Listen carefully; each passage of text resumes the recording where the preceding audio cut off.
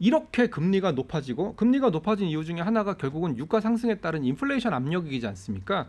그렇다면 트럼프의 11월 지방선거에도 그렇게 달갑지 않은 소식이거든요. 그래서 일단 그 보고서의 논조에 따르면 트럼프도 어찌됐건 이번 선거에서 몇 석만 잃어버리면 또 다수당의 위치를 잃는다 그러더라고요. 그래서 그 의석을 지키기 위해서 노력할 거지 않냐. 그렇다면 지금 나타나고 있는 유가발, 인플레이션발 금리 상승은 좀 더 잠잠해지지 않을까, 어느 정도 좀 잡지 않을까. 뉴스는 돈이다. 안녕하세요. 돈이 되는 뉴스 뉴돈 류순열입니다. 지난주 블랙 프라이데이 급락 이후 시장 변동성이 다시 커졌습니다. 이럴 땐 개별 종목보다 위험을 분산할 수 있는 상장 지수 펀드 ETF죠. ETF에 더 많은 관심이 쏠리게 됩니다. 오늘 그래서 바로 그 ETF에 집중해 보겠습니다. ETF의 대가죠. 최창규 미래에셋 자산운용 ETF 리서치본부 이사님 어서 오십시오. 예, 안녕하세요. 여기만 저를 환영해 주시는 것 같아요. 네.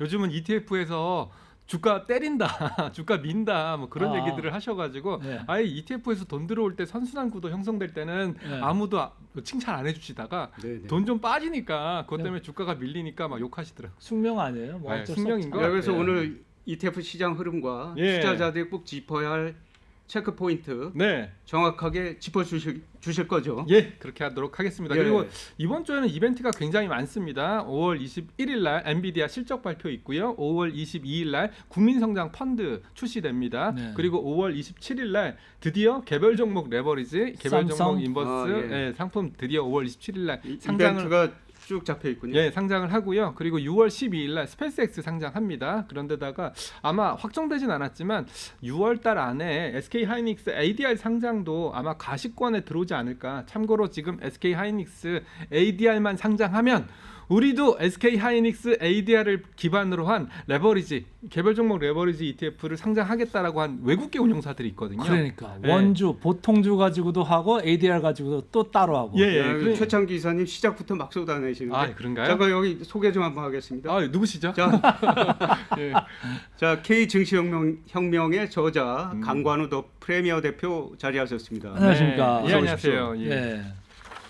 아유, 너무 많이 말을 해서 죄송합니다. 그래가지고 지금 준비하신 게 많은 것 ETF에 같아요. 관심들이 어마어마해요. 특히 이제 지금은 뭐 ETF뿐만 아니라 국민성장 펀드도 솔직히 저는 관심이에요. 왜 그러냐면 여기서 코스닥, 뭐 비상장사, 그리고 소위 말하는 모험 자본 쪽으로 자본을 많이 집중한다고 하거든요. 그래서 뭐가 관심이 있냐면 저도 가입해야 되나, 저도 얼마를 가입해야 되나 그거 고민하고 있거든요, 개인적으로. 임원 분이시니까 이제 많이 해야죠. 아유, 아닙니다. 그래서 저도 그냥 소득공제 되는 한도가 3천만 원부터거든요. 3천만 원부터 소득공제가 되니까 한 3천만 원만 가입을 해볼까? 근데 나까지 차례가 돌아올까? 그런 고민도 하고 있습니다.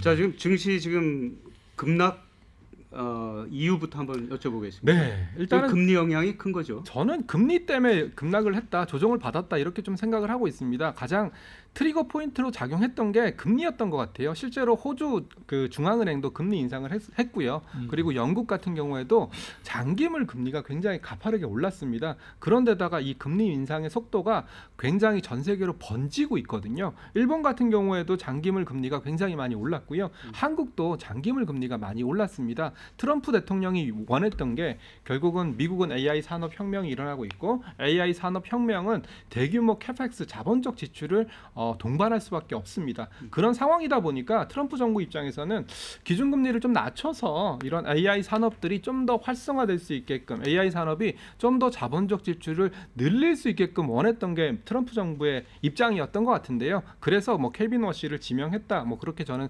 생각을 하고 있는데, 근데 시장은 그렇게 호락호락하지 않았어요. 네가 아무리 기준금리를 낮춘다고 해도 기준금리가 결국은 단기금리에는 영향을 줄 수 있겠지만 기대 인플레이션, 즉 인플레이션과 연동되는 장기금리는 트럼프의 그런 말에도 꼼짝을 하지 않았고 오히려 올랐거든요. 그러면서 이렇게 오르게 된다면 AI 산업, 특히 자본적 지출을 많이 동반하고 있는 AI 산업 입장에서는 자본 비용이 그만큼 늘어날 수밖에 없고, 그렇다면 올해 약속했던 7,950억 달러의 캐펙스 투자 할 수 있겠냐? 뭐 물론 할 수는 있겠지만 그거 함에 따라서 자본적 비용이 굉장히 많이 늘어날 테니까 막말로 뭐 오픈 AI가 지금 펀딩 안 받으면 굉장히 힘든 상황이지 않습니까? 그런 상황에서 펀딩이 자유롭게 이루어질 수 있겠냐 이런 우려감이 맞물리면서 미국에서 필라델피아 반도체 지수를 필두로 해서 반도체 종목들의 주가가 많이 떨어졌고 또 한국도 당연히 미국에 있는 반도체 종목의 주가가 떨어진다면 한국에 있는 반도체 종목들의 주가도 떨어질 수밖에 없었다. 저는 그런 맥락으로 좀 해석을 하고 있습니다. 미국이 지금 이제 10년물이 한 뭐 4.6, 4.5 넘었죠. 예, 이제 4.7을 향해서 이제 가려고 하는 거고, 네. 일본도 이제 2.7% 네. 뭐 이렇게 이제 근접하고 있는데, 미국이 만약에 4.7을 넘어가고 일본이 3.0%를 넘어가지를 않기를 좀 바라야 되는데, 네. 혹시라도 이런 이제 금리 폭등 현상이 지속된다. 네. 라고 하면 ETF 시장은 어떻게 되는 거예요? 굉장히 부담스러울 것 같아요. 그래요? 왜냐하면 ETF도 최근에 뭐 어떤 쪽으로 돈이 많이 들어왔냐면 소위 말하는 성장주 ETF 쪽으로 돈이 많이 들어왔어요. 성장주는 금리에 민감할 수밖에 없는 그런 외적인 환경을 갖고 있고요. 그렇죠. 오히려 최근에 가만히 뜯어보니까 너무 성장주로 쏠리니까 가치주들 뭐 전통적인 뭐 호텔 뭐 레저 아니면 뭐 저PBR 이런 쪽의 주가 수익률도 최근에 좋았었거든요. 신세계 좋고 뭐 다 좋았잖아요. 저도 그거 보면서 깜짝 놀랐죠. 뭔가 좀 성장주의 상승세가 좀 꺾이는 거 아닌가? 시장은 성장주한테 너무 피곤해하는 거 아닌가? 아니면 시장은 반도체한테 너무 많은 밸류를 물론 어닝이 빠르게 올라가고 있으니까 밸류에이션이 싸긴 싸지만 주가가 너무 가파른 속도로 올라가다 보니까 여기에 지친 게 아닌가라는 의심을 좀 했었거든요. 네. 실제로 지난주에 수익률이 좋았던 ETF가 다 내수 소비주였어요. 네, 내수 소비주 쪽이 좋았었거든요. 뭐 물론 성장주가 꺾이니까 내수 소비로 섹터 로테이션이 돌았다라고 생각하실 수도 있겠지만 어닝, 펀더멘탈로 보면은 역시 그 반도체라든지 IT가 너무 좋은 건 사실이잖아요. 네. 그래서 약간 금리에 민감한 성장주 쪽에서 약간 노이즈를 내기 시작했다. 아니면 시그널을 내기 시작했다. 자, 그러면 이게 일시적 충격이냐?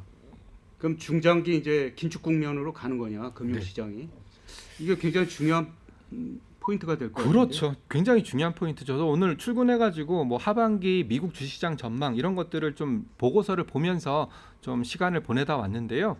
그런 거 봤을 때는 어찌 됐건 이렇게 금리가 높아진 이유 중에 하나가 결국은 유가 상승에 따른 인플레이션 압력이지 않습니까? 그렇다면 트럼프의 11월 지방선거에도 그렇게 달갑지 않은 소식이거든요. 그래서 일단 그 보고서의 논조에 따르면 트럼프도 어찌 됐건 이번 선거에서 몇 석만 잃어버리면 또 다수당의 위치를 잃는다 그러더라고요. 그래서 그 의석을 지키기 위해서 노력할 거지 않냐. 그렇다면 지금 나타나고 있는 유가발, 인플레이션발 금리 상승은 좀 더 잠잠해지지 않을까, 어느 정도 좀 잡지 않을까. 그런데 문제는 11월 달까지 달력을 넘기려면 한참 넘겨야 된다는 얘기죠. 네, 그 사이에 뭐 그 월드컵도 있고 뭐 여러 가지 또 이벤트들이 잔뜩 있으니까 어찌 됐건 트럼프 입장에서는 지금 상황이 지방선거, 중간선거에는 절대 좋은 우호적인 상황은 아니다라는 것을 인지하고 있을 거고요.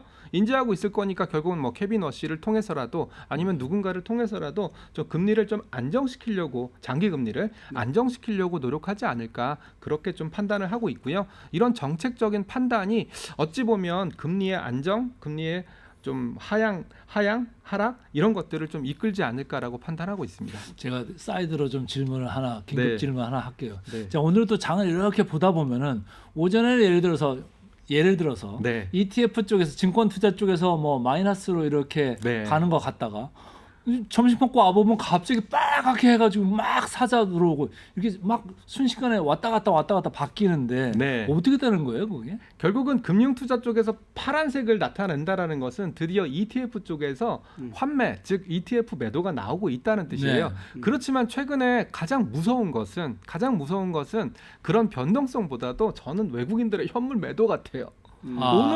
오늘도 팔았거든요. 근데 진짜 제가 애널리스트 할 때랑 차원이 다른 것 같아요. 많이 팔았어 그러면 얼마 팔았는데 1,000억, 2,000억. 오늘 많이 팔았구나. 우리 옛날에 그랬죠. 그랬는데 요즘은 조단위로. 얼마 팔았어? 1조, 2조, 3조, 4조. 결국은 외국인들의 현물 매도를 개인들의 자금들, 특히 ETF발 자금들이 어떻게 본다면 소화해 주면서 반등이 일어나고 있는 상황이니까 두 가지 의문점이 저도 있습니다.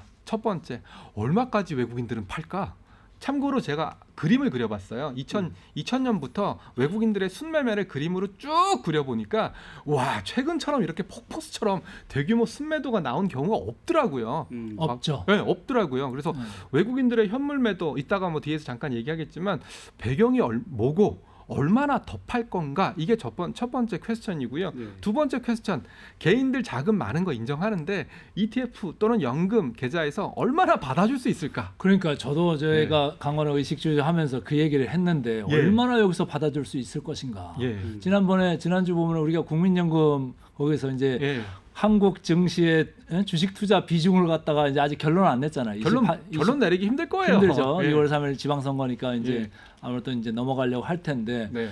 이미 너무 넘친 거잖아요. 국민연금조차도. 그렇다면 전 세계 글로벌 자산 배분을 하는 투자자들이라면 한국물 비중은 다 오버라는 거예요. 더 심하죠. 예. 예.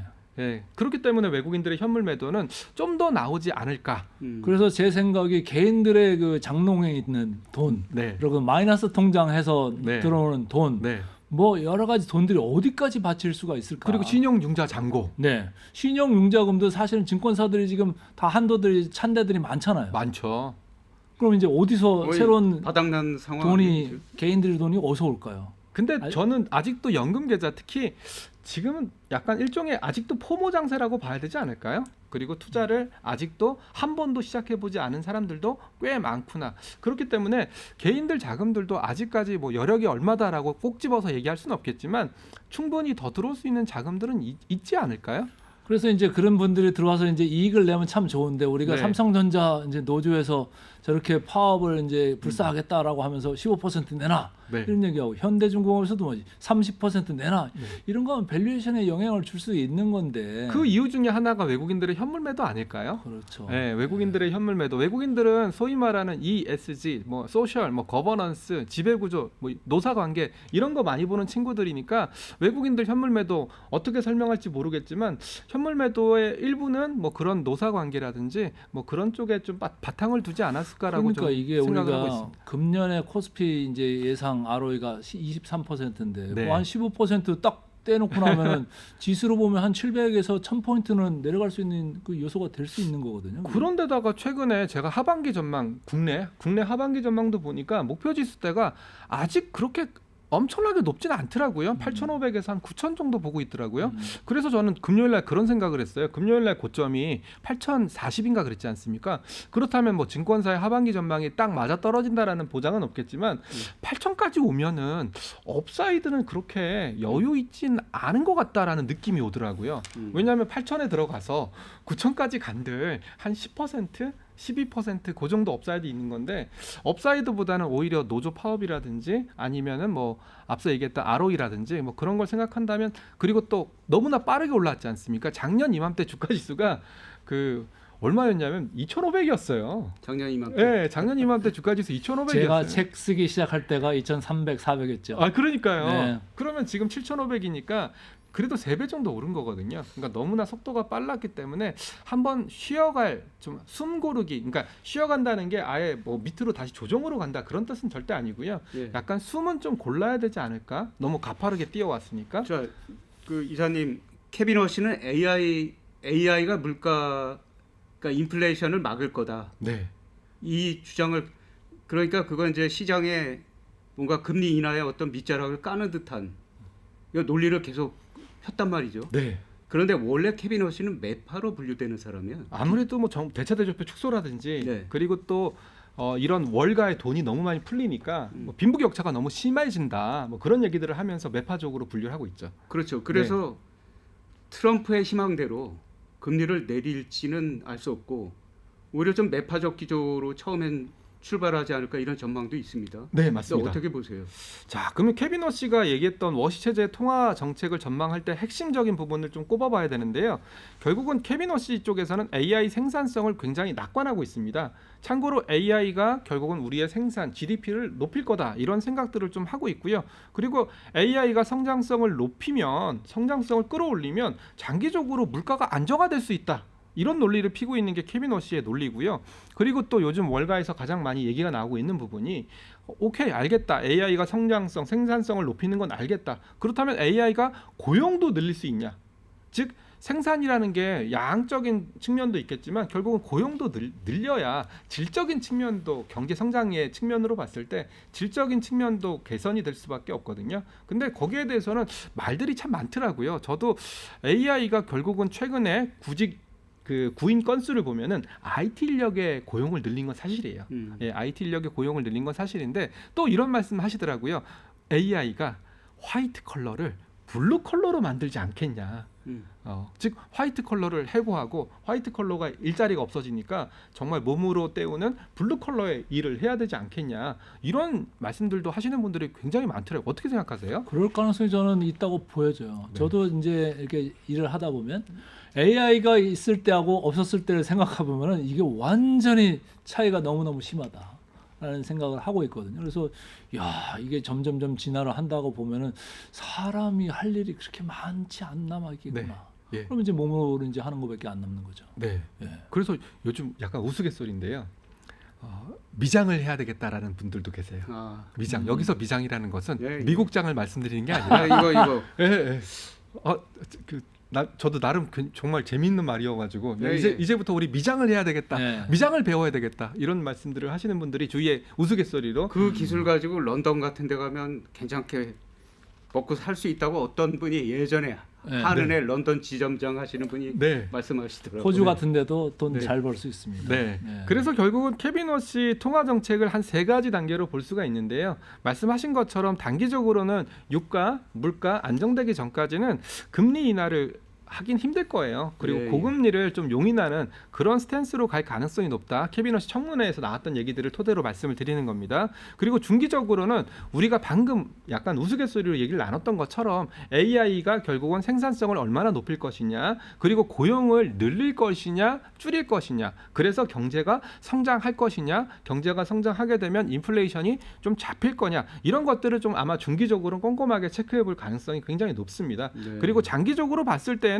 뭐 케빈 워시 생각대로 갈 가능성이 높아요. 어찌됐건 케빈 워시도 트럼프 대통령이 임명을 했고 또 트럼프 대통령이 원하는 금리에 대한 방향성이 있기 때문에 뭐 장기적으로 봤을 때는 뭐 AI가 성장률을 높이고 물가를 좀 잡아주니까 금리 인하를 할 수 있는 개연성을 만들었고 그래서 우리는 금리 인하를 하겠다. 아마 이런 3단계 분법으로 가지 않을까. 정리해서 말씀드리면 단기적으로는 그냥 최근에 고금리가 좀 유지되는 쪽으로 그렇게 갈 거고요. 중기적으로는 뭐 AI가 성장성을 높이면서 금리를 좀 안정시킬 거고요. 그리고 초장기적으로 그러니까 좀 길게 봤을 때는 좀 결국 AI가 생산성을 높이면서 물가를 좀 낮춰지면서 그러면서 기준금리가 좀 낮아지는 그런 스탠스를 그리고 있는 게 일반적으로 케빈 워시 청문회에서 사람들이 바라봤던 시선인 것 같아요. 네.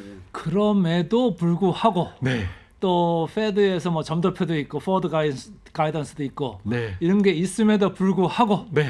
이제 시장의 금리는 그런 걸 지금 반대로 지금 이야기하고 있지 않습니까? 앞으로 뭘 봐야 돼요? CPI, PPI 뭐 뭘 봐야 됩니까? 결국은 케빈 워시가 얘기했던 대로 트림드 PCE를 봐야 되겠죠. 이번에 CPI, PPI가 높게 나왔거든요. 높게 나왔음에도 불구하고 물론 높게 나왔기 때문에 뭐 장기 금리가 올라갔던 부분도 좀 있지만 또 어떻게 바라보고 있냐면 이 PCE 물가에서 연준은 PCE 물가 쓰지 않습니까? 네. 연준이 쓰는 PCE 물가에 쓰이는 항목들이 항목들을 대입해 봤을 때 PCE 물가는 그렇게 많이 안 올라갈 거다. 그러니까 예.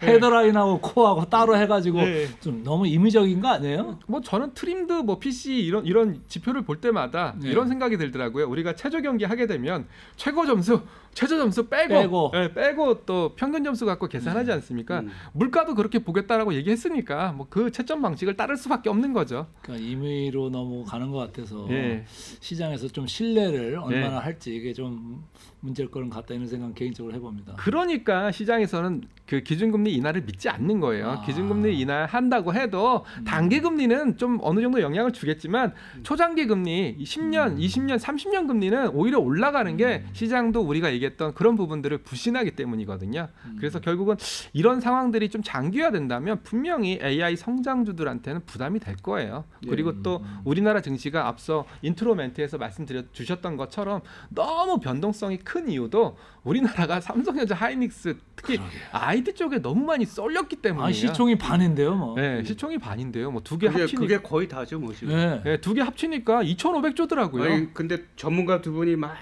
속사포처럼 티포텟 하다 보니까 전문 용어가 막 튀어나와서 예. 잠깐만.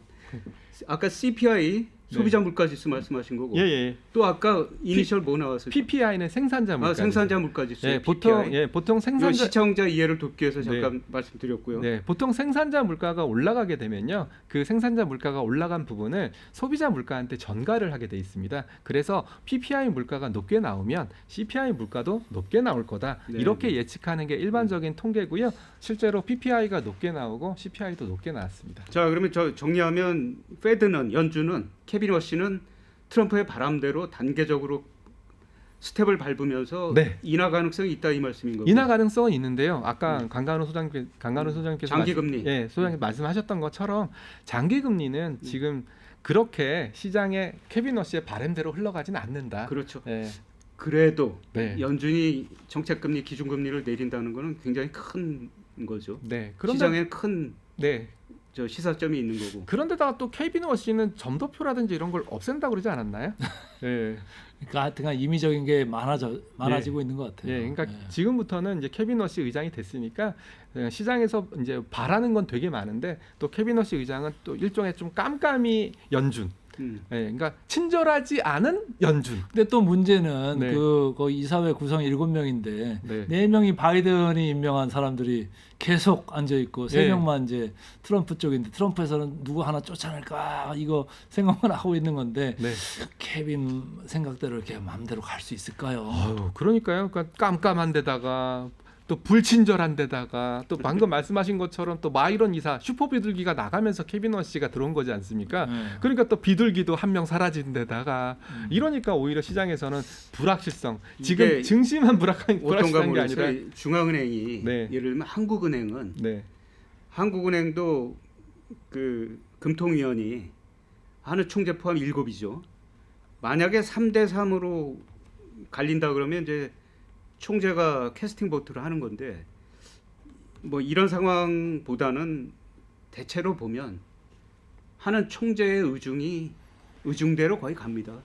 하는 총재의 판단과 의중에 반하는 결정이 나온다. 이런 건 굉장히 이례적인 거고 그런 거를 이제 드물게 이제 금통의 반란이라고 표현을 하고 기사들도 그렇게 쓰거든요. 네. 아주 드물게 이제 그런 일이 벌어지는데 그건 일종의 사고라고 봐요. 한국은행에서 그렇게 인식을 해요. 총재가 이번에 금리를 동결해야 돼라고 생각을 했는데 다수 저 금통위원이 인하로 결정을 해서 인하가 됐다. 하는 총재한테는 굉장히 큰 반란, 쿠데타가 일어난 그 정도의 느낌인데 연준은 어떤가 모르겠어요. 이게 케빈 워시 의장의 영향력이라는 게. 연준도 그 하느니랑 좀 약간 다른 것 같아요. 연준은 첫 번째는 뭐냐면 행정부와의 독립이에요. 행정부와의 독립. 우리는 우리나라 전 세계 최고의 경제학자들이 모여서 만든 집단이야. 민간 집단이지 않습니까? 정부 집단이 아니라 민간 집단이야. 그래서 행정부와의 독립성 이 부분을 가장 강조를 했고요. 그리고 케빈 워시 청문회에서도 물어봤어요. 너 누구의 개냐? 뭐 이런 식으로까지 물어봤었거든요. 그 정도로 연준은 행정부와 독립된 전문적인 집단이다. 이게 첫 번째. 한은도 표면적으로는 굉장히 중시합니다. 그런가요? 독립성.